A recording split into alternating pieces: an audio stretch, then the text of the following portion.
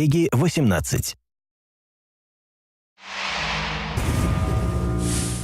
Hi everyone, my name's Alex Hutchinson, creative director on Far Cry 4. I'm Mark Thompson, I'm the narrative director on Far Cry 4. Nice to meet you. Nice to meet you as well, and welcome to Kyrat, our new fictional location. So in Far Cry 4, you step into the shoes of AJ Gale, who is returning to the country of his birth, initially just to scatter his mother's ashes before he gets caught up in what's essentially a civil war.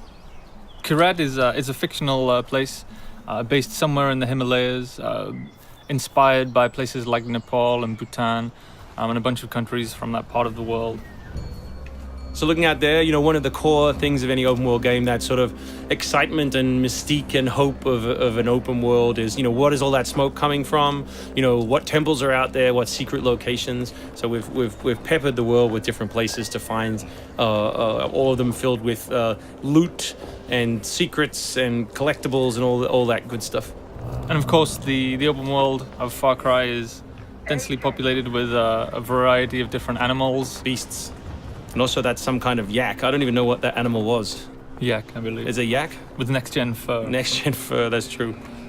Individually modeled hairs. So you see here with the eagle, you won't see it in this demo, but you can be attacked from above for the first time in a Far Cry game. So we've tried really to play with verticality, to have threats above and below you. And obviously you can still get involved in the ecosystem of the animals and hunt, and you can throw bait now. Yes, to attract animals. And stuff like the eagle stealing the morale of the goat. Like, it isn't scripted, that's just what happens at the intersection of those two different AI systems talking to each other. The goal being that every player tells themselves a different story, that they get different surprises, that they have a different story to tell their buddies when they come to work the next day or go back to school or whatever. So there are a bunch of new tools in Far Cry 4, one of which you'll see here is the grapple. We wanted to make something that allowed you to clamber over those annoying cliffs you sometimes came across in Far Cry 3, and something that would also lean into the much more vertical, much more mountainous regions we were building in this game. And that was a pretty simple example, but the level designers get pretty crafty with the setup. We have these areas we're calling adventure zones in the new game, which will take you to places like temples, which you can see from afar, and force you to use the grapple in sort of really interesting and different ways.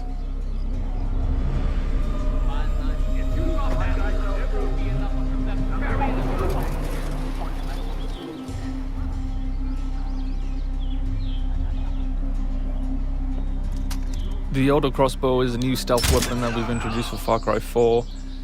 It adds a little more versatility than the bow did in Far Cry 3.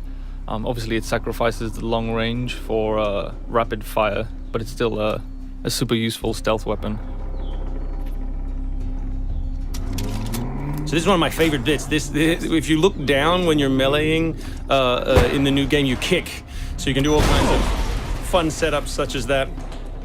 Kicking things is hilarious. I expect people around the world to be kicking rocks, explosive barrels, dead bodies come November.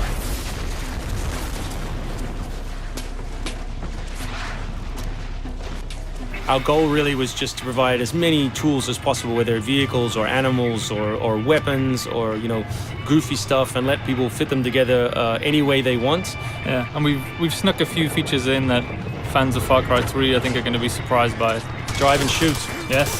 So drive and shoot, obviously it's a bit frustrating to be chasing someone forever and have to sort of drive in front of them, pull over and wait for them to get out. So now in the vehicles you can drive and shoot with any one-handed weapon. And you can also do driving takedowns from any vehicle, which I really like. So this idea of leaping from your vehicle into another vehicle, do horrible things to them, boot them out the side, and then continue on your merry way. You can now deliver death without even leaving your seat. So wingsuit is still here, and it's really cool, as you see, and actually when the space became more vertical, it actually became more fun. The mountainous environment means that there's a lot more wingsuiting to be found. And hopefully you won't get it before the middle of the game. You will. Hopefully you will get it before the middle of the game. That's the current plan. But we are many months away from watching you guys abuse us online. Means that there's a lot more wingsuiting to be found. And hopefully you won't get it before the middle of the game. So here you'll get a look at elephants. Elephants are awesome, probably my favorite animal in the game. Weaponized in many different ways. You can drive them into a rage, watch them smash the other characters in the world, or you can clamber on top of one and drive it through the gate yourself. My favorite animal is the human animal. It's very Far Cry 2 of you, Mark.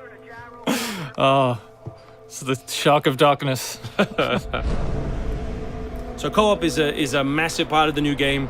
It's one of our big ways of opening up the open world and letting you play any way you want. So basically, when you ask your buddy to join, all the solo missions turn off, and you're left with all of the open world toy, the outposts, the fortresses, the towers, all the quests to play any way you want.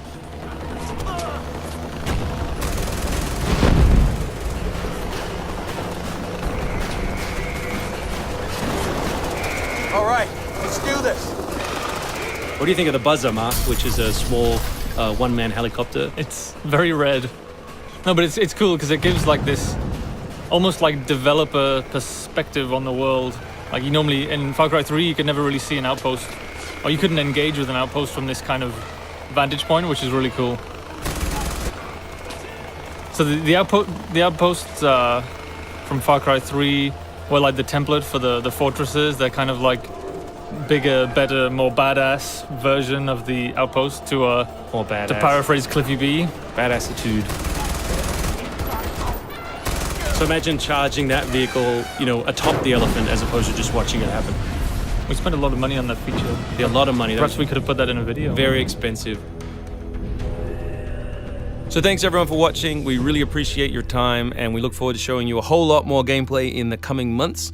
The game ships, of course, November 18th worldwide on PS3, PS4, Xbox 360, Xbox One, and PC.